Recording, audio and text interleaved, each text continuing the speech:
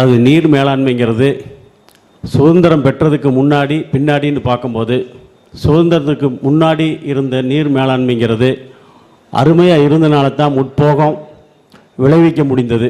ஆனால் சுதந்திரத்துக்கு பின்னாடி நீர்நிலைகளை எல்லாம் ஆக்கிரமித்து கூறு ஓட வைத்து விற்று கொண்டு இருக்கிறார்கள். அந்த அடிப்படையிலே 43,000 ஏரிகள் இருந்த இன்று தமிழ்நாட்டிலே 25,000 ஏரிக்கு கீழ் இருப்பதாக அரசே தன்னுடைய கணக்கிலே குறிப்பிட்டிருக்கிறது. இதையெல்லாம் மீட்டெடுக்க வேண்டும்.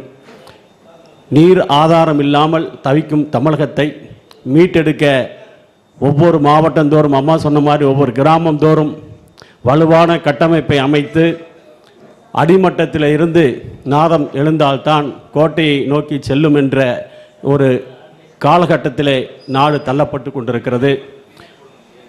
இந்த கிராம வாரியாக கட்டமைத்து செயல்படுத்த வேண்டும் என்பது இந்த கூட்டத்தின் வாயிலாக தீர்மானிக்கப்பட வேண்டும்.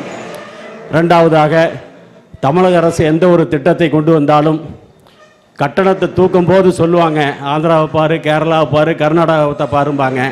ஆனால் நீர் மேலாண்மைக்கு மட்டும் எந்த நாட்டையும் பார்க்க மாட்டாங்க, எந்த மாநிலத்தையும் பார்க்க மாட்டாங்க.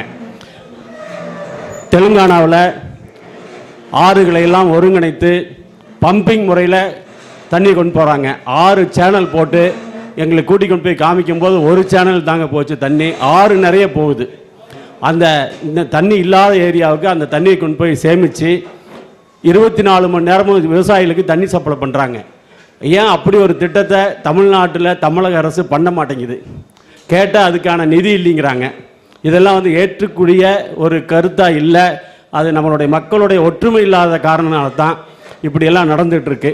ஒன்று. ரெண்டாவது, அதாவது சீத்த மரம் இருக்கிறனால இன்றைக்கி நீர்மட்டம் அடி பாதாளத்துக்கு போயிடுச்சு. குறிப்பாக கரூர் மாவட்டத்தில் காவிரி ஓடுனால கூட அரவக்குறிச்சி பகுதியில் 1250 அடிக்கு கீழே மாதிரி அந்த செக்ரட்டேட்டில் அந்த கூட்டம் நடக்கும்போது கொண்டுட்டு போய் சேர்க்கும்போது சேர்த்துட்டா கண்டிப்பாக அது நடைமுறைக்கு வரும்னு சொல்லி ஒரு நல்ல தகவலை சமர்ப்பித்திருக்காங்க. இதுக்கெல்லாம் முன்னுதாரணமாக செயல்பட்டு இனி வருங்காலங்களில் நீர் மேலாண்மையுடைய 100% எட்டிப்பிடிக்க வேண்டும். அதற்கு நம்மளுடைய அமைப்பும் கிராமந்தோறும் வலுப்பட செய்து செயல்படுத்த வேண்டும் என்று இந்த கூட்டத்தின் வாயிலாக கேட்டுக்கொண்டு வாய்ப்புக்கு நன்றி கூட்டி விடைபெறுகிறேன். வணக்கம். ஜெயஹிந்த்.